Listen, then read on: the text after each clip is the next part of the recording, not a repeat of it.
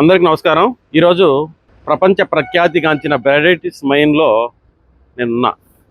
ఇది రైల్వే కోడూరు నియోజకవర్గం, కోలువారిపల్లి మండలం, మంగంపేట పంచాయతీకి సంబంధించిన ప్రదేశం। ఎందుకు ఇక్కడికి రావాల్సి వచ్చిందంటే, ఈరోజు వార్తాపత్రికల్లో బెరైటీస్లో భారీ గోల్మాల్, మంగంపేటలో 650 కోట్ల దోపిడీ, ఈ విషయంగా నేను గతంలో కూడా మాట్లాడున్నాను। ఇక్కడ చాలా అక్రమాలు జరుగుతున్నాయి, అన్యాయాలు జరుగుతున్నాయి, దోపిడీలు జరుగుతున్నాయని గగ్గోలు పెడుతూనే ఉన్నాం।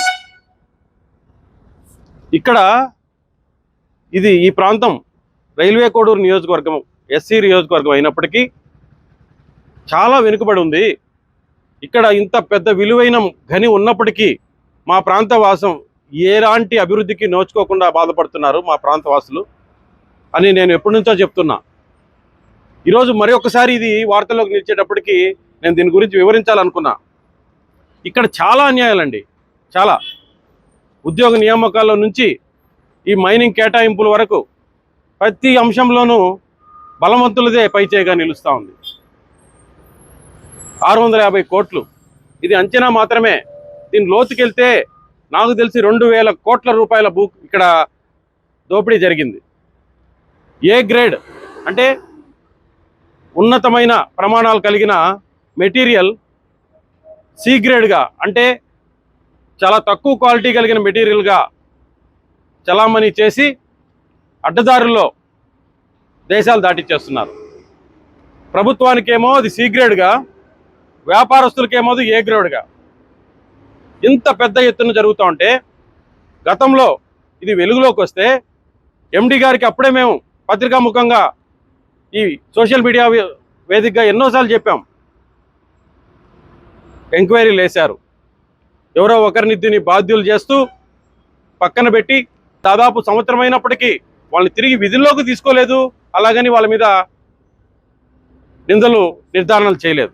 అంటే తాత్కాలికంగా ఏదో ఒక సాకుతో ఎంక్వైరీ పేరుతో కాలం వెల్లబుచ్చి ఇప్పుడు పూర్తిగా ఆ విచారణే అబద్ధం అనే విధంగా క్లోజ్ చేయాలని చూస్తున్నారని ఈరోజు మళ్ళీ వార్తాపత్రికలో మనం చూస్తున్నాం।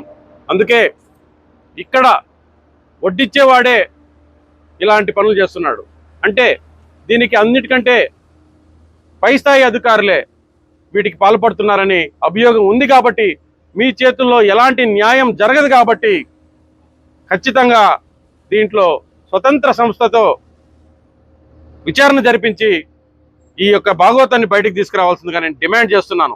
ఎందుకు చేస్తున్నాను కూడా మళ్ళీ చెప్తున్నా మీకు, ఇది మా ప్రాంతం, మా ఖనిజం, మాకు దీనివల్ల ఎలాంటి లాభం లేనప్పుడు బయట వాళ్ళు దోచుకొని పోతున్నప్పుడు మాకు బాధ కలుగుతూ ఉంది।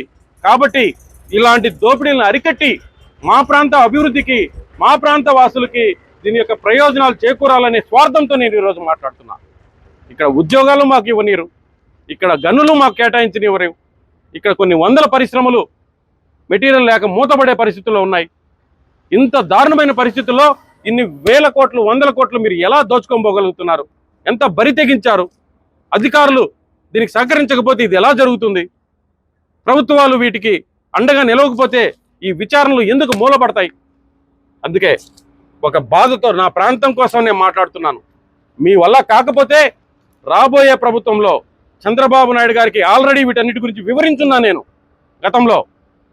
మా ప్రభుత్వం రాగానే వీటి మీద ఉన్నత స్థాయి విచారణ జరిపించి ఇక్కడ మంచి వాతావరణం నెలకొనేటట్టుగా, సాధారణమైన వ్యక్తి కూడా ఇక్కడ పని చేసుకోగలిగేటట్టుగా చేసే బాధ్యత తీసుకుంటామని సందర్భంగా తెలియజేస్తున్నాం।